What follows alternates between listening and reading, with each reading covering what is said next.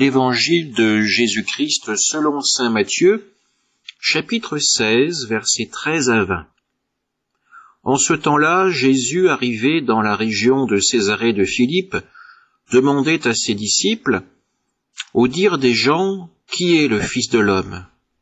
Ils répondirent, « Pour les uns, Jean le Baptiste, pour d'autres, Élie, pour d'autres encore, Jérémie ou l'un des prophètes. » Jésus leur demanda, « Et vous, que dites-vous?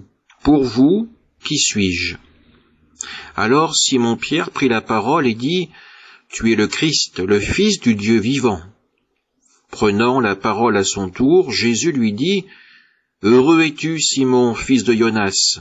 Ce n'est pas la chair et le sang qui t'ont révélé cela, mais mon Père qui est aux cieux. Et moi, je te le déclare, tu es Pierre, et sur cette pierre je bâtirai mon Église, et la puissance de la mort ne l'emportera pas sur elle. Je te donnerai les clés du royaume des cieux. Tout ce que tu auras lié sur la terre sera lié dans les cieux, et tout ce que tu auras délié sur la terre sera délié dans les cieux. » Alors il ordonna aux disciples de ne dire à personne que c'était lui le Christ. Acclamons la parole de Dieu. La première lecture de ce dimanche nous fait découvrir le personnage de Shebna, gouverneur du palais de Jérusalem sous le règne d'Ézéchias. Être gouverneur signifiait accéder à un poste important. On recevait à cette occasion une tunique, une écharpe, mais aussi les clés du palais royal. Et on prononçait sur le futur gouverneur cette formule rituelle. Je mets sur son épaule la clé de la maison de David. S'il ouvre, personne ne fermera. S'il ferme, personne n'ouvrira. Être gouverneur, c'est donc un témoignage de la confiance du roi. Malheureusement, Shebna est loin d'avoir les qualités requises pour ce poste. Tout d'abord, il est très mauvais conseiller politique, prenant de manière systématique les mauvaises décisions, mais pire encore, il n'était guidé que par ses propres intérêts.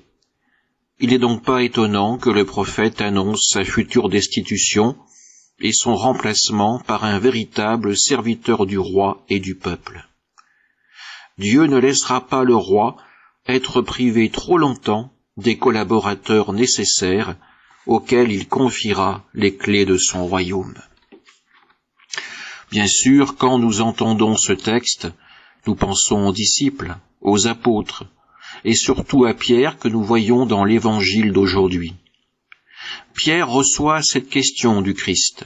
« Pour vous, qui suis-je » S'il avait réfléchi comme le gouverneur Shebna, Pierre aurait pris le temps de préparer sa réponse, pour flatter Jésus, pour se démarquer des autres. À l'inverse, Pierre répond immédiatement. « Tu es le Messie, le Fils du Dieu vivant. » Mais dans ses paroles, il associe tous les apôtres. Sa révélation est aussi la leur.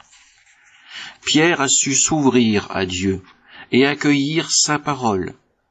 Pierre devient donc la pierre sur laquelle Jésus bâtira son Église. Cette pierre, c'est un homme dont la seule vertu est d'avoir su écouter ce que le Père lui a révélé. Un homme qui a su avoir foi en Jésus-Christ. Ensuite viennent ces versets. « Ce que tu auras lié sur la terre sera lié dans les cieux, et tout ce que tu auras délié sur la terre sera délié dans les cieux. » Comment comprendre ces paroles?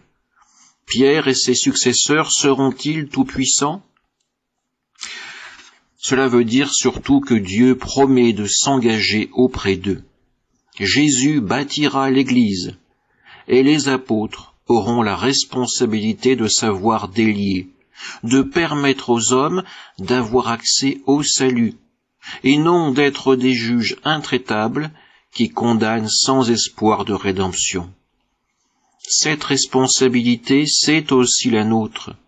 Sommes-nous capables de guider vers le Christ des personnes qui semblent enchaînées à leurs péchés, mais qui expriment le désir d'être libérées, d'être sauvées?